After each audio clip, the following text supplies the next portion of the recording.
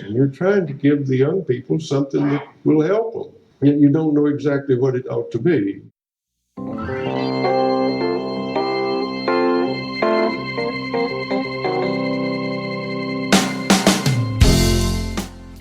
Welcome back to the TeachThought podcast. My name is Drew Perkins. I'm the director of TeachThought Professional Development, where we design and develop and deliver professional development to schools and educators around the world. You can find our information at wegrowteachers.com. That's our website, TeachThought PD website. And of course, our main website for all of our blogging content is at teachthought.com. If you have any questions about this podcast or have suggestions or guest suggestions or anything like that, feel free to reach out to me directly. My email address is drew@teachthought.com. And of course, we always encourage you to share and review the podcast in places that are important for others to see, so that helps us get better guests and bring more content to you that hopefully helps you prepare learners for the modern world.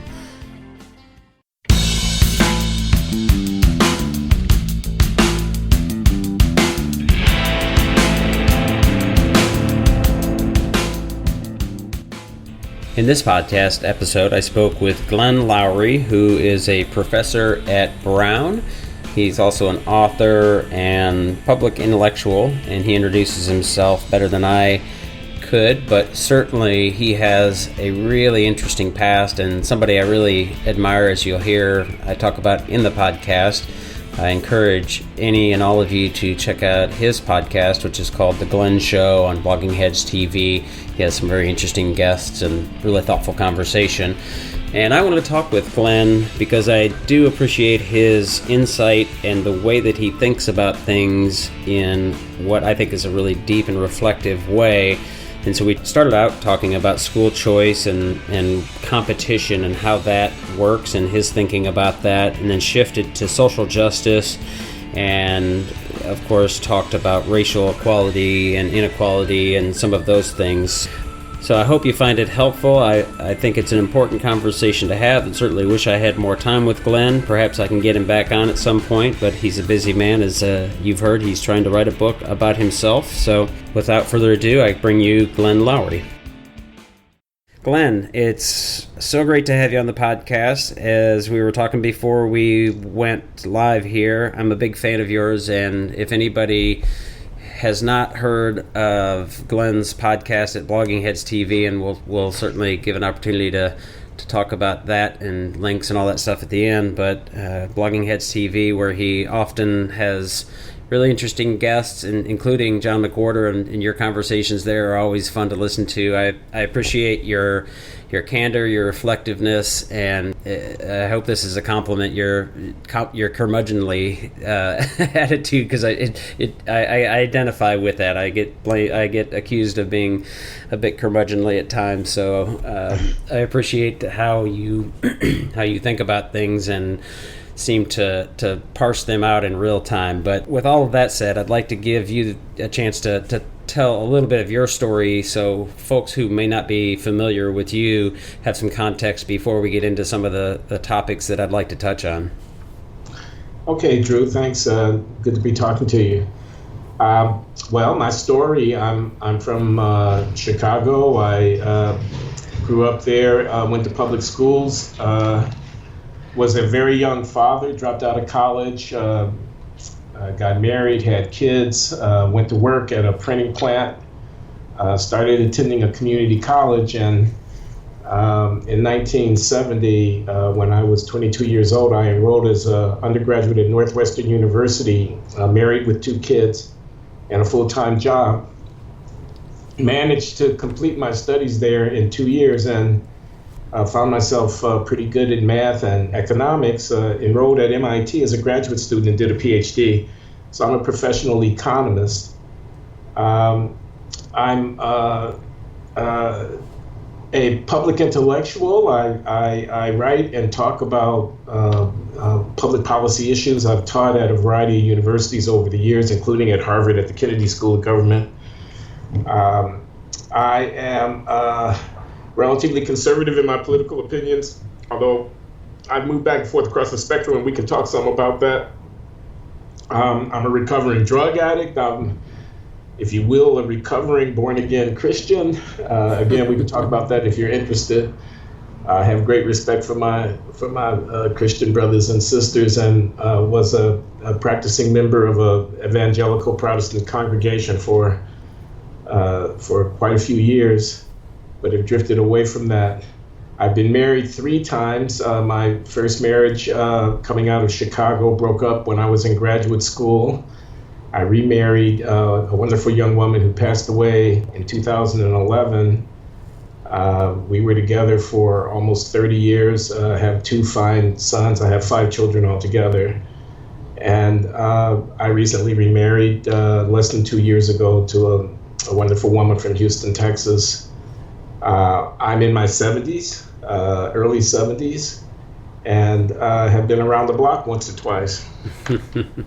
Yeah, it certainly is, and as I was saying, your most recent podcast really revealed a lot, and you're working slowly but diligently on a book about yourself, correct? So that's due out sometime in the next 10, 15 years?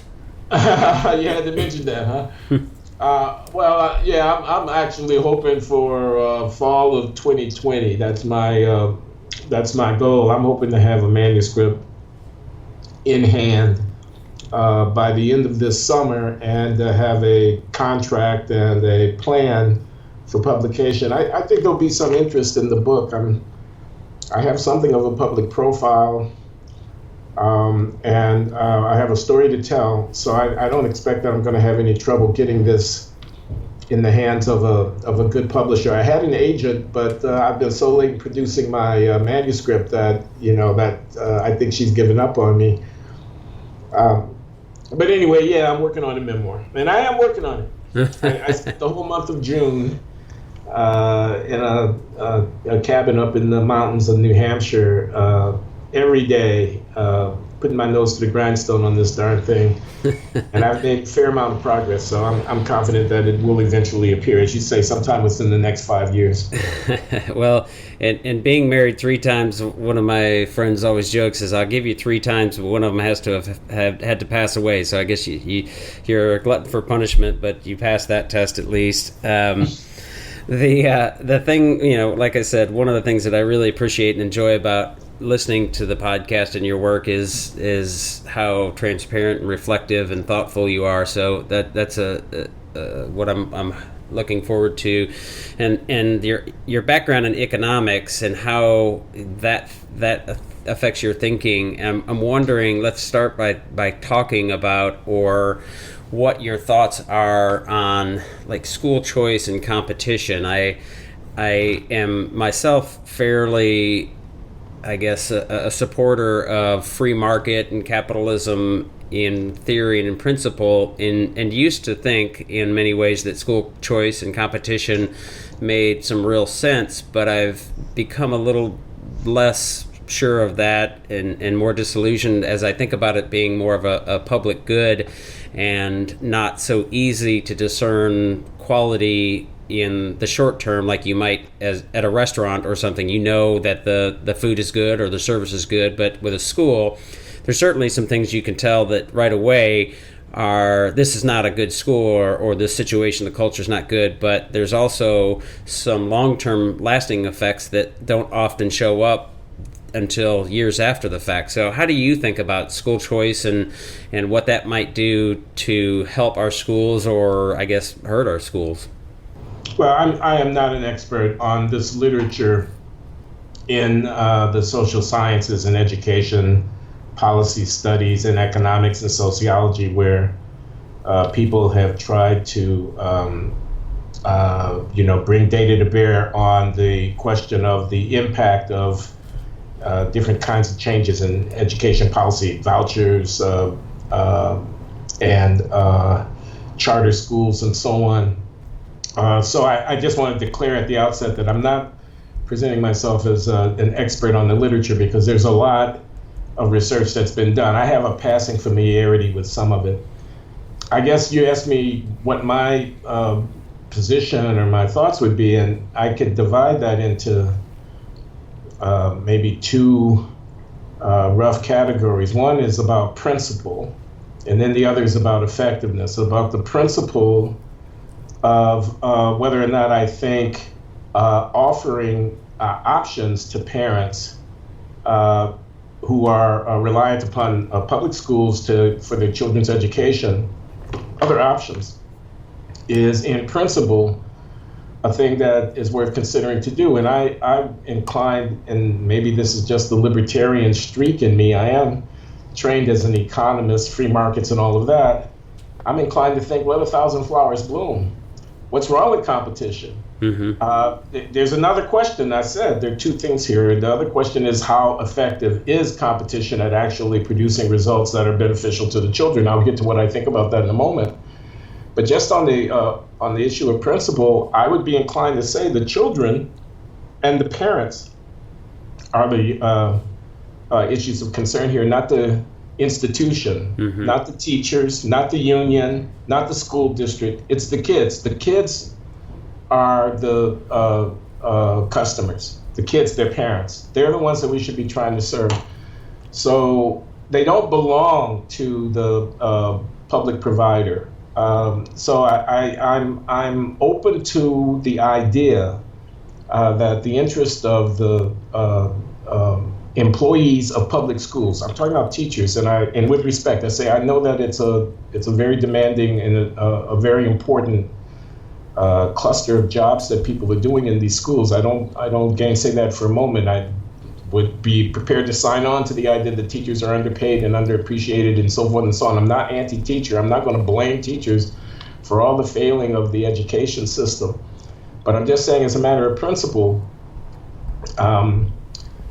putting the control over resources in the hands of families, parents, and children to use those resources as best they see fit strikes me as the right way to think about it.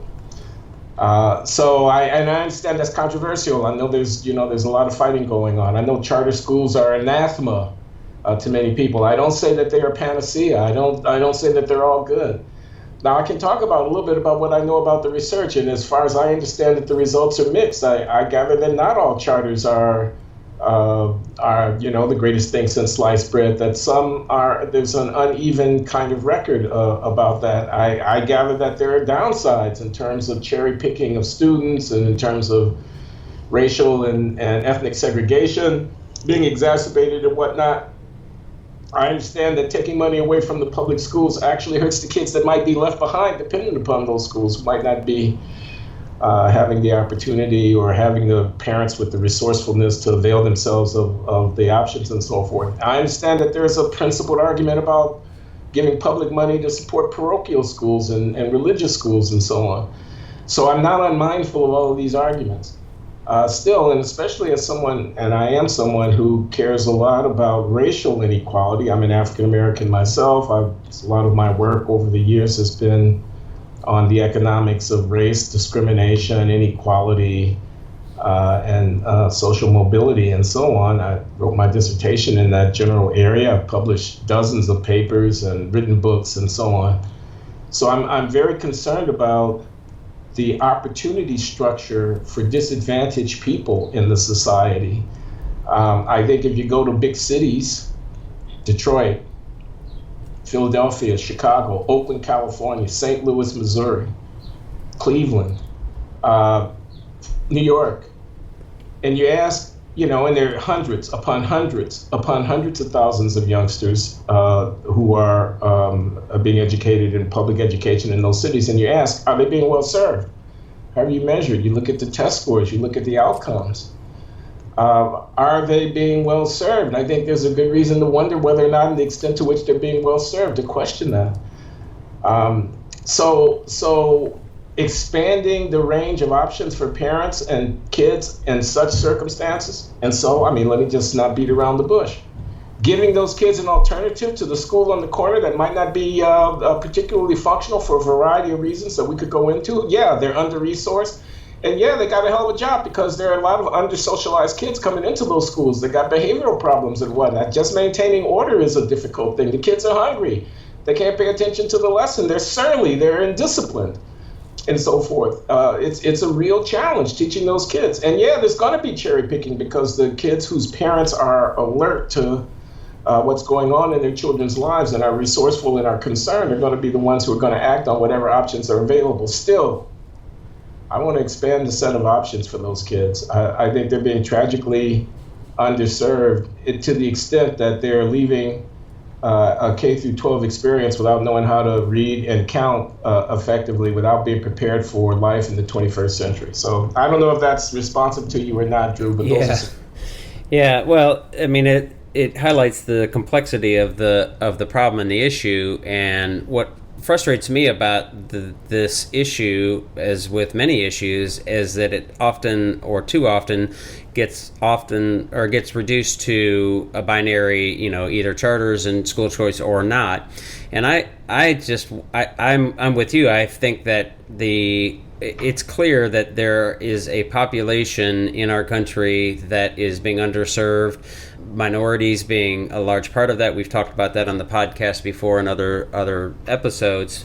And I having taught in that. So I used to teach here in Louisville, Kentucky, and in an emotional behavior disorders school, where it was clear that school was not getting the attention that some of the East End schools received, and it was tragic. It was stressful for me, and as you said, so the customers are the ones we really need to be really serving here are the students. So my stress and my problems notwithstanding, the real problem is the long-term effects on those kids, or lack thereof.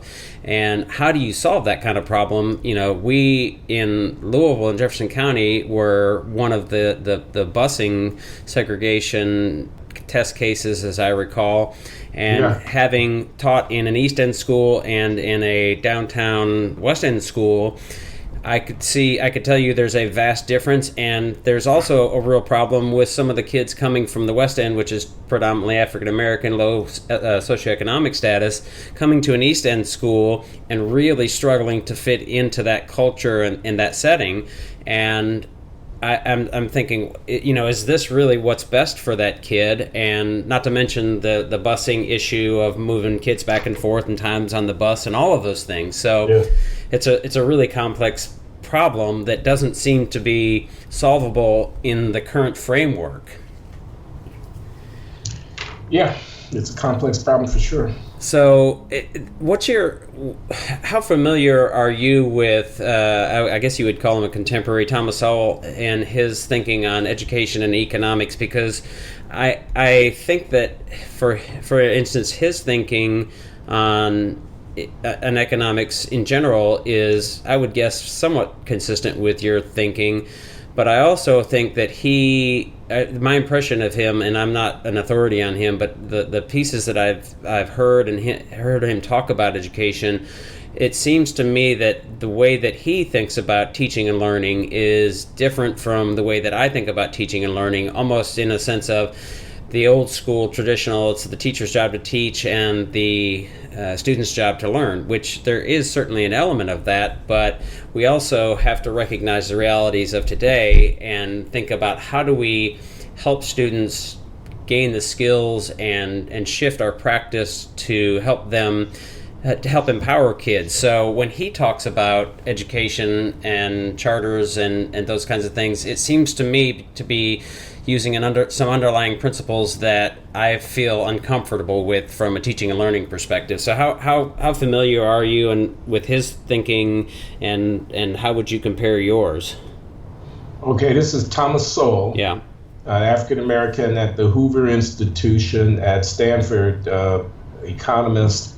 He's been around for a long time. He's in his 80s.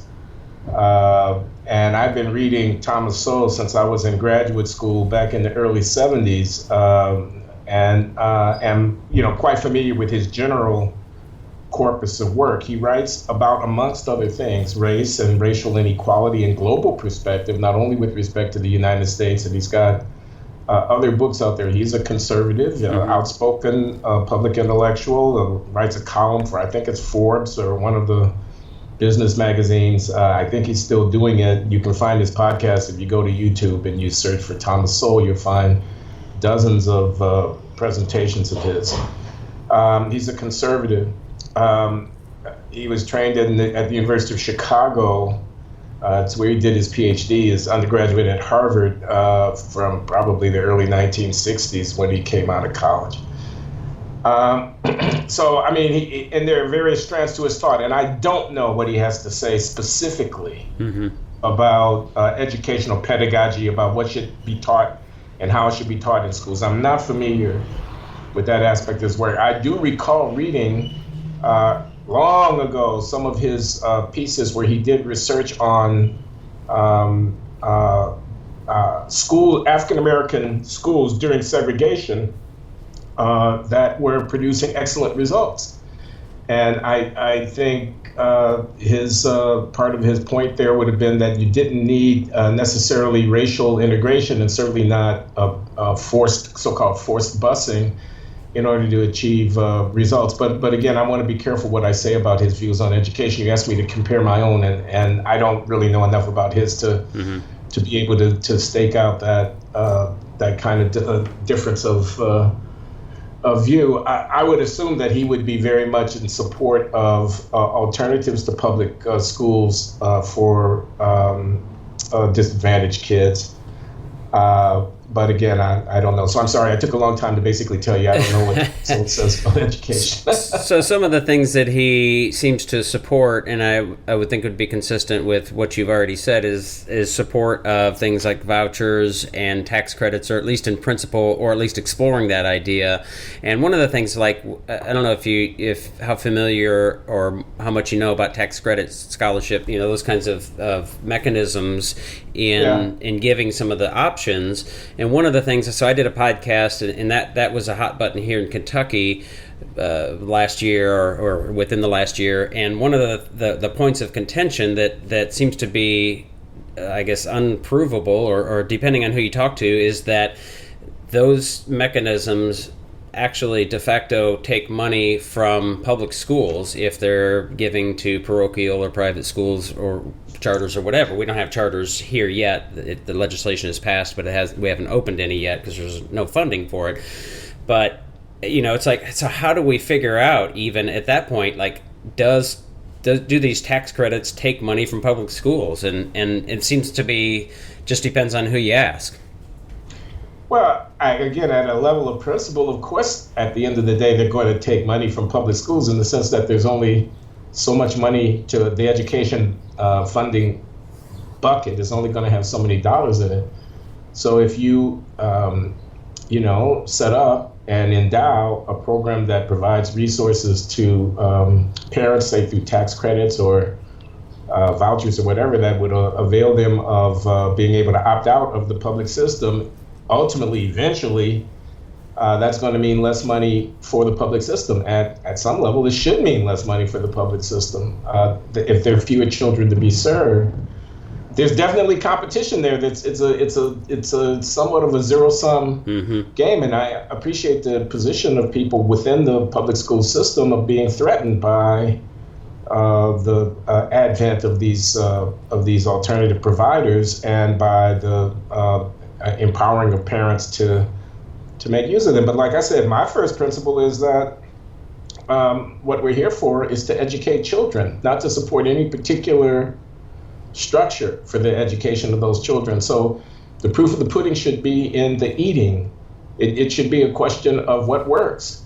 And the people who are ultimately should be the ones who decide that are the families, not the bureaucrats. And not the interested parties. I mean, why is it that if I had a police officers union, and the police officers union was saying something about body cameras, or about accountability for officers involved in shootings, or about criminal justice issues more generally, people would see immediately that the police officers union had an interest that might be contrary to the public interest, and that would need to be examined critically. If I have a teachers union, and the teachers union says, no, we don't want a longer school day. No, we don't want a longer school year. No, we don't want anybody putting their hands on what's in our curriculum. No, we don't want the accountability of teachers based upon testing of the progress of learning of their students. No, we don't want teachers who actually seem to perform better in the classroom to be able to be compensated better. The teachers union say all those things. How is it that they say no? We don't want you messing with tenure. If you're in the job for 3 years, you got a job for, how is it that the teachers union saying those things is understood as somehow motherhood and apple pie? And to question that, to be critical of that, is somehow to be against teachers. No, it's not. It's just to be level-headed about what are the public interests and to be driven by facts and not by a political agenda. So I guess the longer I talk, the more conservative I'm going to sound. I don't feel like I need to apologize for that. This is what I think. Yeah, and one of the concerns, and I would agree with you in that school choice, and I exercise school choice. My children go to a public school, but it's in a neighboring district. So I do exercise that, but I also wonder in that equation how many parents, and this is me as an educator perhaps being too informed or having too much of a bias, is that I get the sense that most parents don't have a sense of what great teaching and learning could and should look like and what great schools should and could look like, partially because they went through school in a different era and a different time, and most schools are more traditional and less, inquiry-based and focused on what we would think are, here at TeachThought, we talk about, preparing kids for the modern world, and it's not just a set of facts, it's being able to think critically and ask questions and those kinds of things. So to me, that first filter needs to be the quality of the teaching and learning, and I don't know that is number one a priority, or I don't think it's the top priority of school choice advocates in general, and I also don't know that parents have a sense of what that could and should look like, and instead they're sort of relying on outdated metrics that don't really show us what success and what great schools look like. Okay, parents don't know the difference between a school that's really working well and one that doesn't work so well. And if we put the choice in their hands, they're not going to be informed enough to make good. Many parents won't be well enough informed to make good use of that choice. That's the position you're taking? I have concerns about that, yes, especially in terms of teaching and learning. Okay, well, I don't have anything to say to contradict that by way of evidence about what parents do or do not know about the quality of education, which I suppose even people who are experts might have some difficulty agreeing about what are the right metrics for assessing the quality of education. How do you feel about the testing of students and looking at the change year to year and how much they seem to know as measured by testing of their achievement in reading and mathematics and social studies and history and all of that? I think it's a small part of a wide set of things that are important to me. So with my own children, I certainly look at their test scores and even report cards, but not heavily. So testing is, to me, it measures something, and it's not unimportant, but as a picture of the whole pie, I would put it to be a pretty small sliver in what I think is important for them being prepared for the long term. So you start at the primary ages, and reading and writing and basic math, those things are really important. But then, as a former history teacher, do I think it's absolutely essential that all kids need to know every bit of U.S. history or world history? Of course not.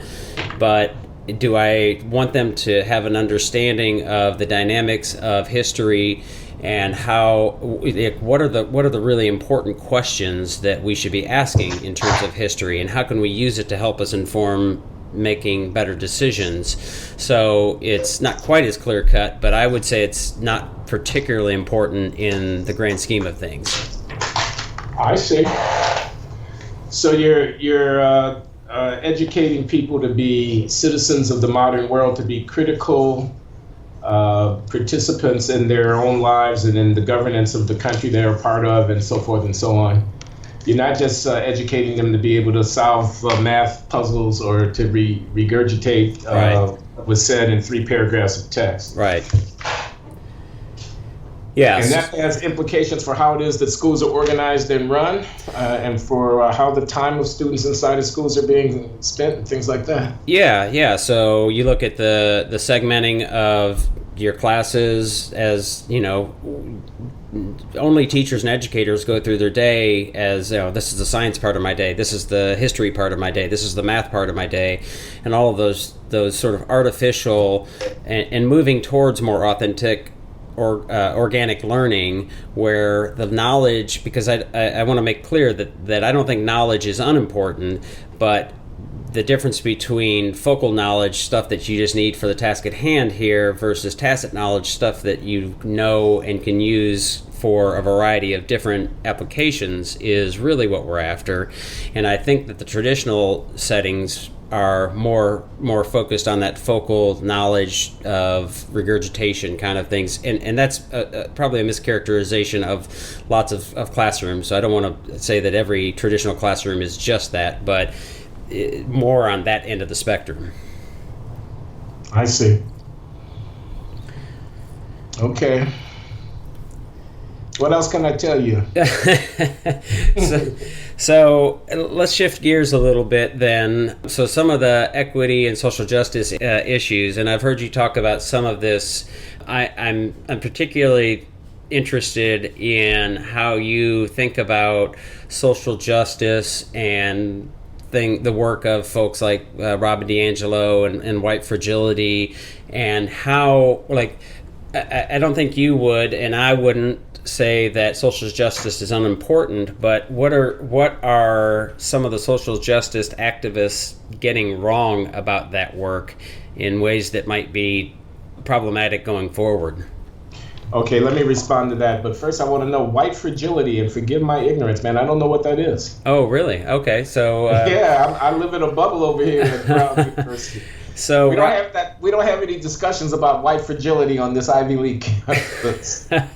Well, so Robin DiAngelo is the author of a book called White Fragility. She's a white woman and wrote this book that is essentially saying that all white people are racist in any number of ways, and that there is a defensiveness that white people have when talking about race that is the indicator of being racist. And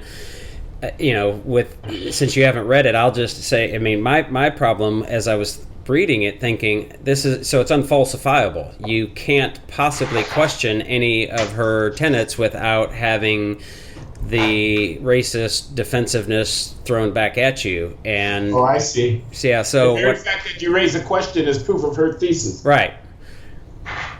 And it's taking, at least on Twitter, it's taking the education world by storm. But I'm seeing, white educators who are saying, essentially apologizing for being white educators because of systemic racism. And to be clear, I don't want to say that there's not racism, that there's not systemic racism, that some of those things aren't real, but is that a productive argument? And what are the social justice people that are using that line of thinking? What kinds of problems? I don't know. Yeah.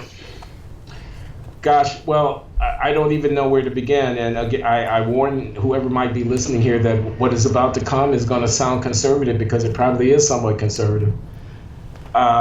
Social justice. I want to say it's important, okay? I mean, I think we should strive to create a just society. I'm not against that. I think it's not an easy question. It's a very, very hard question to know what that means. And I could give many examples of that. Okay, so people think the minimum wage is a good thing. $15 an hour, $25 an hour, $50 an hour.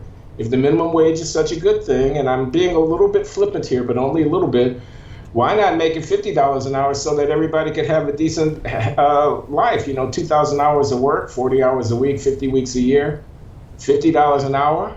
That's $100,000 a year. Everybody would be able to have a good life. But we all know you can't just declare that everybody is going to be $100,000 a year earner and just be done with that. That's not the way the world works. There are constraints, realities. Companies have to be able to make a profit when they hire somebody, et cetera, et cetera. I won't go into the details. I'm not against the minimum wage. I don't want to be misunderstood. What I'm against is simplistic thinking about the question of social justice, because there are constraints. Order in the streets, crime, violence, guns, people getting robbed, mugged, shot, killed, afraid to come out of their homes, having to put plexiglass in front of their businesses when they're trying to do trade so as not to get robbed at gunpoint, that kind of thing. Carjacking, beating, okay? Crime in the streets. So what does social justice require? People say there are too many people in prison. I actually agree with that. I think our sentences are too long. I think the war on drugs is wrong. I think there is racism built into the criminal justice system for sure. On the other hand, I know that it's very dangerous to walk outside of your door at 2 o'clock in the morning in too many communities where mostly people of color and low-income people are living in this country, and something has to be done about it. I can't imagine a world without prisons. I'm not sure what that would look like. I can't imagine a world without police. Who would you call otherwise when you were in threat of your property or your life? So social justice is easier to say than it is to actually achieve. That's social justice. I'm for it, but we need to get down to cases. And when we get down to cases like healthcare, how do you provide it to people? Single payer, universal, etc. I'm not against seeing that everybody is covered, but I want to say that it's not an easy thing. It's a hard thing to fashion a program that actually achieves that goal. So social justice is a lot easier to say than it is to do. Now, I haven't used the word race very much at all in my reaction to your question about social justice, because I think it's overused in the discussion about social justice. I actually don't like the notion of systemic racism, white supremacy as a framing of fundamental problems. I think the people in Eastern Kentucky or Southwestern Ohio or wherever it might be, West Virginia or whatever, who are white, Mississippi, Alabama, Arkansas, Texas, who are white, dirt floor farmers trying to scratch a living out of a little piece of land, people who are, in ghost towns that have been left vacant because all the jobs have dried up and blown away. People who are beset with all kinds of problems. It could be opioid addiction. It could be violence within the family. It could be drunkenness. It could, of despair. That doesn't know any color.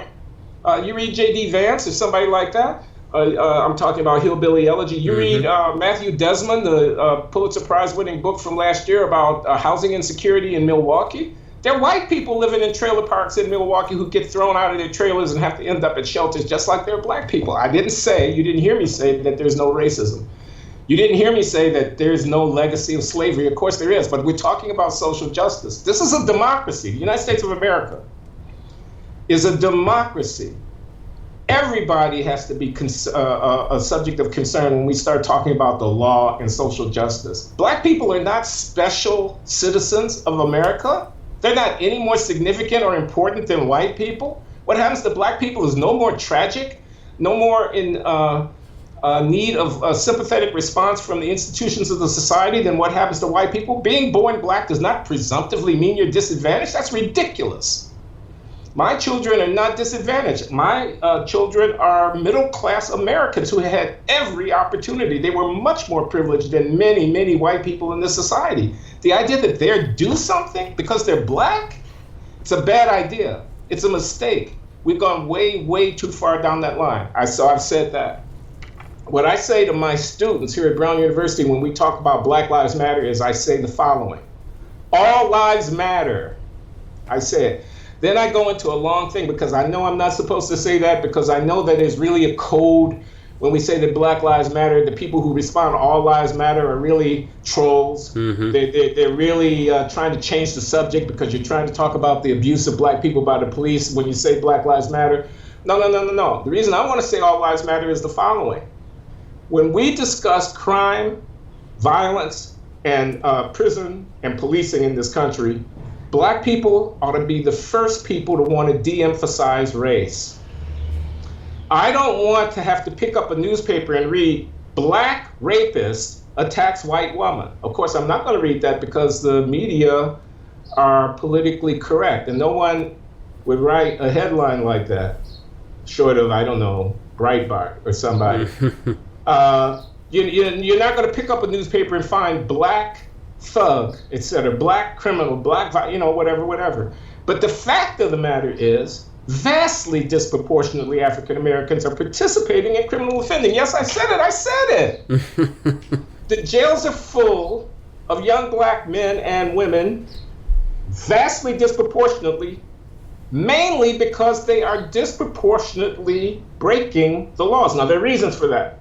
There are reasons. I am not taking a simplistic wagging the finger in the face, but I'm saying you invite a conversation about policing, law, crime, punishment in prisons, framing it in terms of race, when you know that the hand you're playing, I'm saying as an African American, I'm saying this to my students, you know that the hand you're playing is a weak hand, because whether they say it out loud or not, around the kitchen table in suburban St. Louis, what they're thinking when they look at a situation like Ferguson is how afraid they are when they're at the service station at 11 o'clock at night filling up their tank, and a vehicle rolls up full of black teenagers where you smell the marijuana coming out of the window and you can hear the loud music playing, you're afraid that somebody's gonna pull a pistol, put it in your face and jack your car.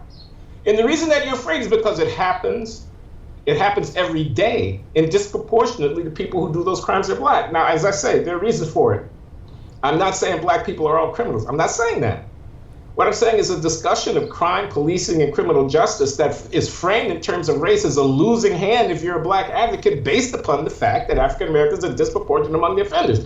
That's why someone like Heather McDonald, this is a person who writes for City Journal, the conservative magazine out of New York, Manhattan Institute, Heather McDonald, whose book, The War on Cops, was a bestseller a couple of years ago, where she talks about the Ferguson Effect, which is police withdrawing from getting active in crime fighting because they don't want to end up in a situation where they get accused of behaving in a racially inappropriate manner, and they don't want to risk their lives for nothing and end up, if they have to actually defend themselves, being the ones who are in the dock. This is Heather McDonald. The main basis of her argument is, yes, black people are disproportionate amongst the victims of police shootings, but they're also vastly disproportionate amongst the people who perpetrate crimes that would have caused the police to come into contact with them. This is Heather McDonald, not me, Heather McDonald. But she's actually right about the statistics. So all lives matter. If police are in need of discipline on behalf of a program of social justice, if they're in need of tighter rules governing when it is that they can use deadly force, if they're in need of civilian oversight and more accountability, then the police are in need of that, regardless of the color of them. I'm tired of reading reports that say white cop shot black. So if the white cop shot a white kid, that would be somehow less offensive? If a black cop shot somebody, that would be somehow less offensive? Whenever a police shoots somebody, the first thing we're doing is talking about the race of the cop and the race of the person shot? Stupid. This is really not serious. This is a kind of virtue signaling. Race is not the main issue in the context of a discussion. In my opinion, this is Glen Loury, this is my opinion, having observed this situation for decades. Race is not the main issue. It's a mistake to make race the main issue. So I'm all for social justice. I'm all for arranging the institutions of society so as to be mindful of the differences in opportunity of our citizens. Most poor people in this country are not black, they're white. If you want to talk about poverty, justice, opportunity, expanding it for people, inequality and fairness, you can do that without making it mainly a discussion about race. That's me. That's Glen Loury. So, and I'm mindful of your time.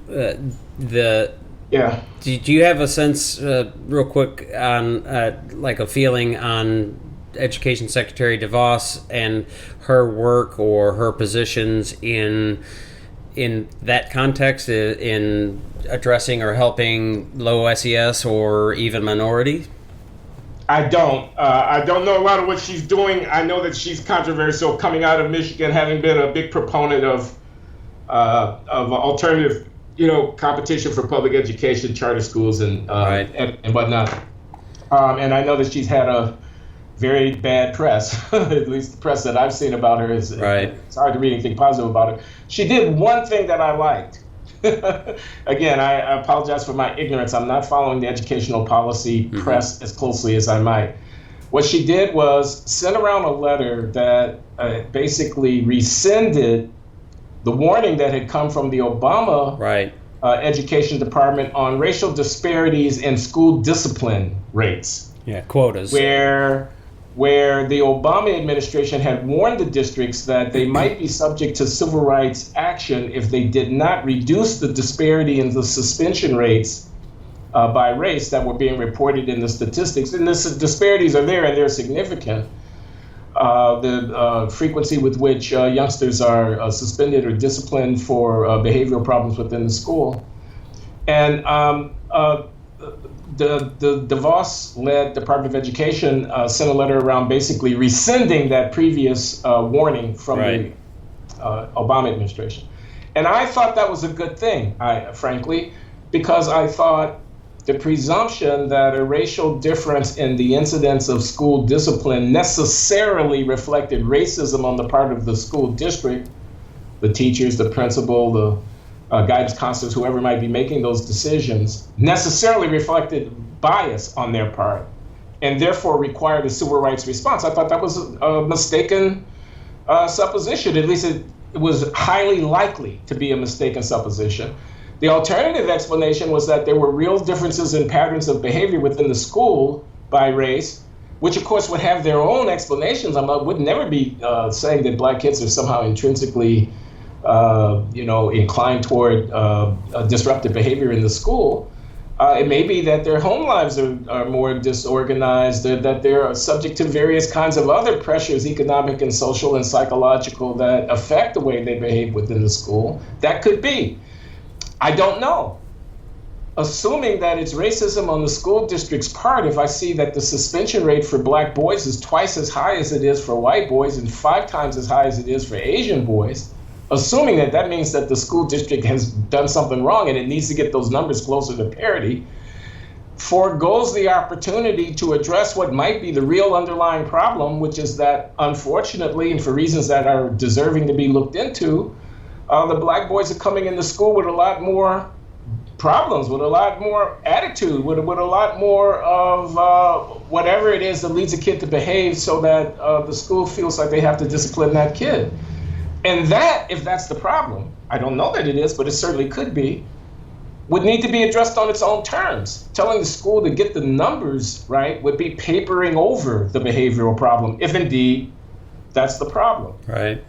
So that was one thing that Betsy DeVos did that I thought was okay. But beyond that, I'm not able to comment on her quality of her leadership at the education department. Yeah, well, like you said, it's really hard to find good press about her, and I think that's a problem that's maybe a function of what she's doing, but also obviously a problem of our media and how we're treating any of these kinds of issues and the outrage and the clickbait and all of those kinds of things. So like I said, I'm mindful of your time. I want to make sure that folks can find you, and so if you would, could you give the addresses and all the places that Blogging Heads, and I know you're on Twitter, I don't know how active you are on Twitter, but those kinds of things. And I'd love to talk to you for hours and hours because I have many more questions, but I know that you also have a life and busy things to do.